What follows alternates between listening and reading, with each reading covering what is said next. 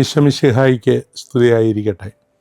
ഒരു പ്രാർത്ഥനയോടെ ആരംഭിക്കാം. കർത്താവായ ഈശോയെ, നിൻ്റെ ദിവ്യരഹസ്യങ്ങളെക്കുറിച്ച് ചിന്തിക്കുന്ന ഞങ്ങളുടെ ബുദ്ധിയെ പ്രകാശിപ്പിക്കണമേ. പരിശുദ്ധ കുർബാനയിൽ സംഭവിക്കുന്ന വലിയ അത്ഭുതം ഏറ്റവും പ്രായോഗികമായിട്ട് മനസ്സിലാക്കുവാൻ ഞങ്ങളെ സഹായിച്ച് അനുഗ്രഹിക്കണമേ.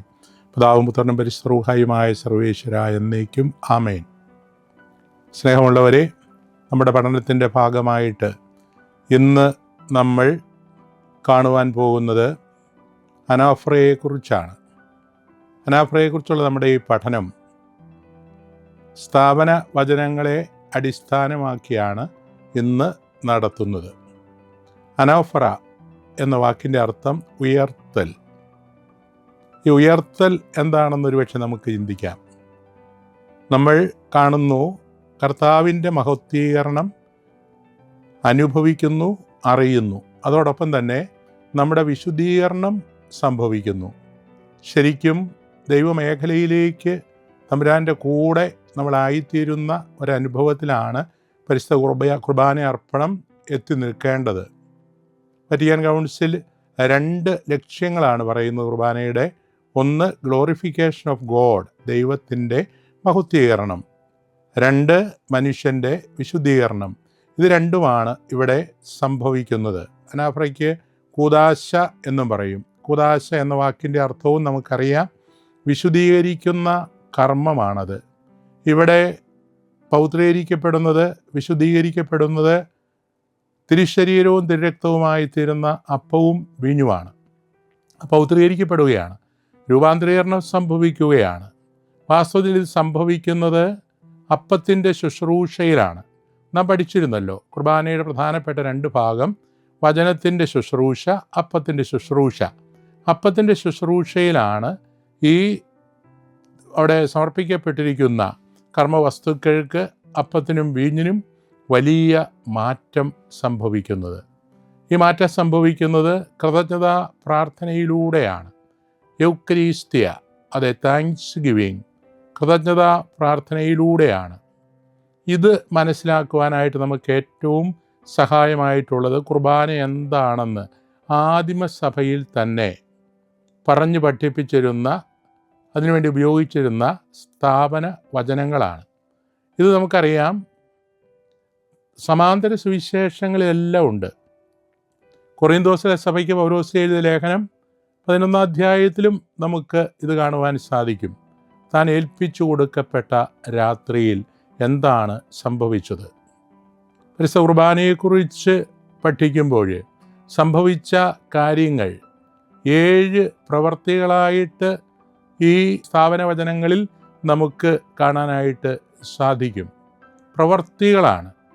ഞാൻ ഓർക്കുന്നു, പട്ടമനപ്പറവൂർ പള്ളിക്ക് കല്ലിട്ടപ്പോൾ അവിടെ എഴുതി വച്ചിരിക്കുന്ന ഒരു വാചകം ഇങ്ങനെയാണ്: പട്ടമനപ്പറവൂർ പള്ളി വെപ്പാൻ യൗസേപ്പ് മെത്രാച്ചനും ദേശത്ത് വട്ടക്കാരും ഇണങ്ങരും കൂടി കുർബാനയും ചെയ്ത്. ഇപ്പോൾ കുർബാന ചെയ്യുകയാണ്, ആക്ഷൻ ചെയ്യുകയാണ്, പ്രവൃത്തിയാണ്. ഇവിടെ സംഭവിക്കുന്ന പ്രവൃത്തികൾ നമുക്കൊന്ന് നോക്കാം. ഏൽപ്പിച്ചു കൊടുക്കപ്പെട്ട രാത്രിയിൽ അതൊന്ന് മനസ്സിലാക്കുക. അതൊരു രാത്രി എന്ന് പറയുമ്പോൾ ഒരു ഹിസ്റ്റോറിക്കൽ നൈറ്റ്, ചരിത്രത്തിലൊരു രാത്രിയാണ്. തിന്മ വിജയിക്കുന്നു എന്ന് തോന്നിയ ഒരു രാത്രിയാണ്, ഒന്നാമത്തെ അർത്ഥം. രണ്ടാമത്, ഏൽപ്പിച്ചു കൊടുക്കപ്പെട്ട രാത്രിയിൽ എന്ന് പറയുമ്പോൾ അത് സംഭവിക്കുന്ന ദൈവിക പദ്ധതിയിൽ തന്നെയാണ്. ഏൽപ്പിച്ചു കൊടുക്കപ്പെട്ട രാത്രി ഇരുളിനെയാണ് പ്രതിനിധാനം ചെയ്യുന്നത്. ആ രാത്രിയിൽ അവിടെ നമ്മൾ ഓർക്കണം, ഏൽപ്പിച്ചു കൊടുക്കുക എന്ന് പറയുമ്പോൾ പിതാവ് പുത്രനെ ഏൽപ്പിച്ചു കൊടുത്തു.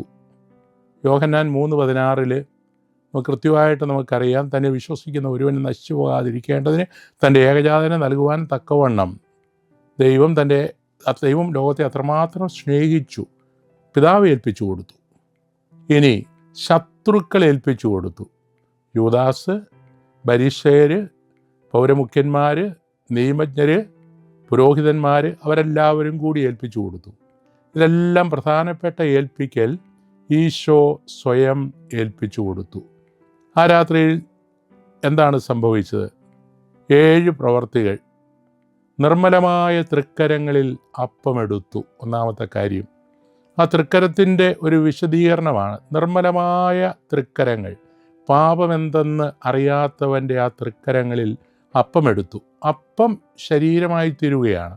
ശരീരമെടുത്തു വിശാലമായ അർത്ഥത്തിൽ ഈശോ, ദൈവമായ ഈശോ മനുഷ്യനായി തീർന്നു, മനുഷ്യൻ്റെ രൂപം സ്വീകരിച്ചു, ശരീരമെടുത്തു എന്നാണ് നമ്മൾ മനസ്സിലാക്കേണ്ടത്. ഇനി എപ്പോഴാണ് കുർബാനയിൽ ശരീരമായി തീരുന്ന അപ്പവും വീഞ്ഞും എടുക്കുന്നത്? അത് ഓനീസാദ് റാസെ ദിവ്യരഹസ്യങ്ങളുടെ സ്തുതിഗീതം പാടുമ്പോഴാണ്. മിശിഹാ കർത്താവിൻ തിരുമേയ് നിണവുമിതാ എന്ന ഗീതം ആലപിക്കുമ്പോഴാണ് കുർബാനയിൽ അപ്പമെടുക്കുന്നത്. രണ്ടാമത് പറയുന്ന കാര്യം, അപ്പമെടുത്ത് വാഴ്ത്തി. വാഴ്ത്തി എന്ന് പറഞ്ഞാൽ അപ്പത്തെ പ്രതി ദൈവത്തെയാണ് വാഴ്ത്തുന്നത്. ഈശോ തൻ്റെ ജീവിതത്തിൽ പിതാവിൻ്റെ തിരുവിഷ്ടം നിറവേറ്റിക്കൊണ്ട് പിതാവിനെ വാഴ്ത്തി. ഇവിടെ നമ്മൾ ദൈവത്തെ വാഴ്ത്തുന്നത് ഗഹാന്തവൃത്തങ്ങളിലൂടെയാണ്, അഥവാ വാഴ്ത്തുന്ന പ്രാർത്ഥനകളിലൂടെയാണ്.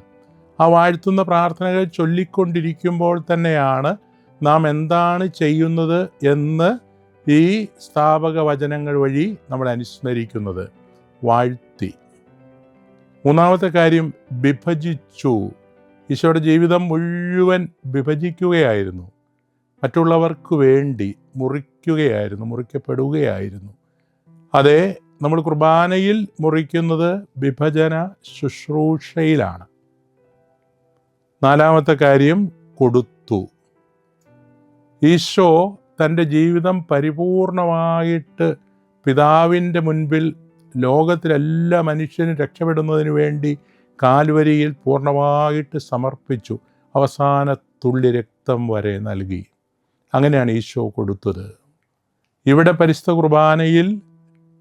കുർബാന സ്വീകരിക്കുമ്പോൾ ദൈവൈക്യ ശുശ്രൂഷയിലാണ് ഈശോയെ തന്നെ നമുക്ക് നൽകുന്നത്.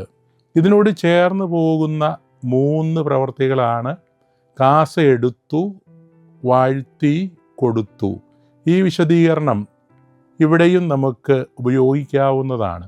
അങ്ങനെ 7 പ്രവൃത്തികൾ ഗ്രിഗറി ഡെക്സിൻ്റെ ദ ഷേപ്പ് ഓഫ് ലിറ്റർജിയിൽ ഈ പ്രവൃത്തികളെക്കുറിച്ച് നമുക്ക് കാണാം. ഇനി ഈ ഭാഗം യഹൂദരുടെ ബിർഖാത്ത് ഹാമസോൺ എന്നൊരു പ്രാർത്ഥനയുണ്ട്. അത് ദൈവത്തെ വാഴ്ത്തുന്ന പ്രാർത്ഥന തന്നെയാണ്.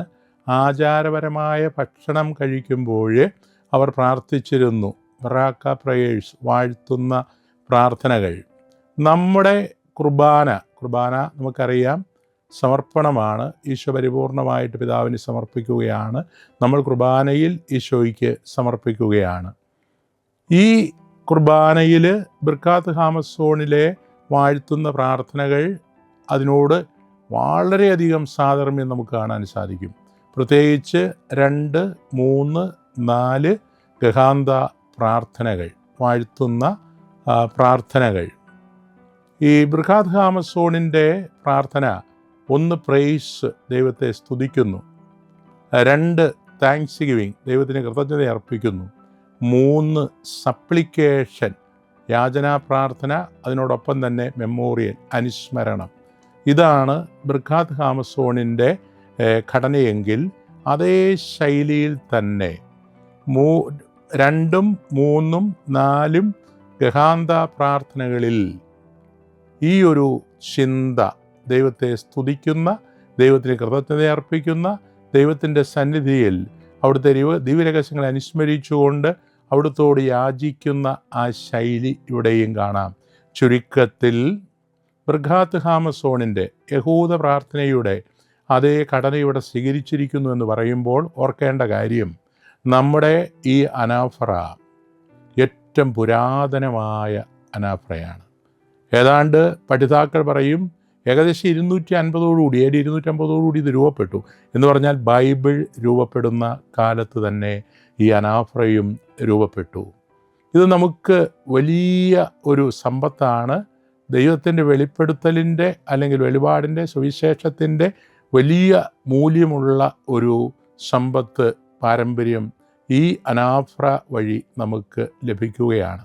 നമ്മൾ ഈ പരിശുദ്ധ കുർബാന അർപ്പിക്കുമ്പോൾ ഈശോയെ പോലെ നമ്മുടെ ജീവിതം ദൈവത്തെ വാഴ്ത്തുന്നത്, മറ്റുള്ളവർക്ക് വേണ്ടി മുറിക്കുന്നത്, മറ്റുള്ളവർക്ക് വേണ്ടി ചെറുതാകുന്നത്, മറ്റുള്ളവർക്ക് വേണ്ടി കൊടുക്കുന്നത്, അങ്ങനെ കുർബാന നമ്മുടെ ജീവിതമായി തീരണം എന്ന സന്ദേശവും കൂടി നമ്മൾ വിസ്മരിക്കരുത്. പോളാറാമൻ മാർപ്പാപ്പായുടെ ഒരു വചനം നമുക്ക് ഓർക്കാം. നിങ്ങൾ വിശ്വസിക്കുന്ന കാര്യങ്ങളാണോ നിങ്ങൾ പ്രസംഗിക്കുന്നത്, അതുതന്നെയാണോ നിങ്ങൾ അനുഷ്ഠിക്കുന്നത്? ഈ ചിന്ത കൂടി നമ്മുടെ ഈ പഠനത്തെ കൂടുതൽ സജീവമാക്കുന്നു. നമുക്ക് ഇന്ന് ഇവിടെ അവസാനിപ്പിക്കാം. ഈശോ മിശിഹായ്ക്ക് സ്തുതിയായിരിക്കട്ടെ.